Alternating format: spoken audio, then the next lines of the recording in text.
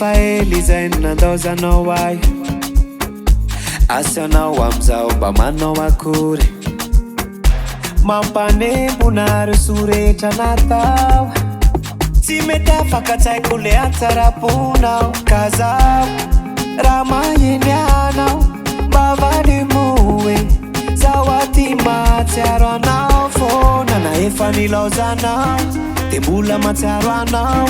na efa nilaozanao zaho aleko mihira ho anao ho fahatsiarovana ho fahatsiarovana aleko mihira ho anao ho fahatsiarovana ho fahatsiarovana any anao zay any anao zay any anao zay any anao zay any anao zay any anao zay ny fitiavako tsy miova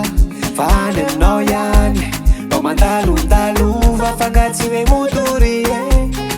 zaho malaelo mandinika ny hoavy tsy isy anao intsony ka zaho raha mahiny anao mba valimoe zaho aty mahatsiaro anao fona na efa nilaozanao de mbola mahatsiaro anao na efa nilaozanao zaho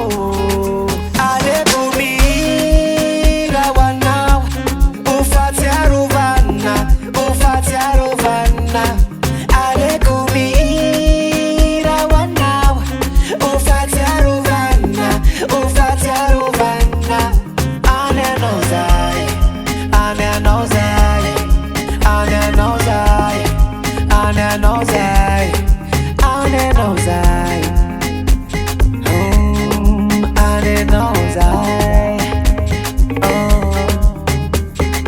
fombany malaelo fombany malaelo fombany malaelo amin'ny maha-olombelo fombany malaelo fombany malaelo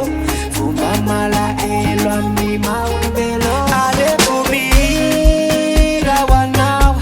ho fahatsiarovana ho fahatsiarovana aleko mihira ho anao ho fahatsiarovana ho fahatsiarovana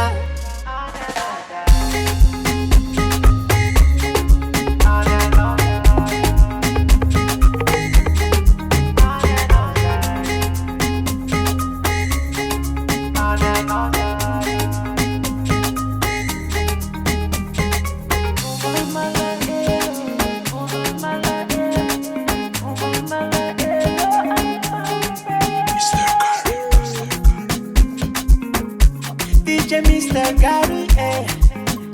ain't no time.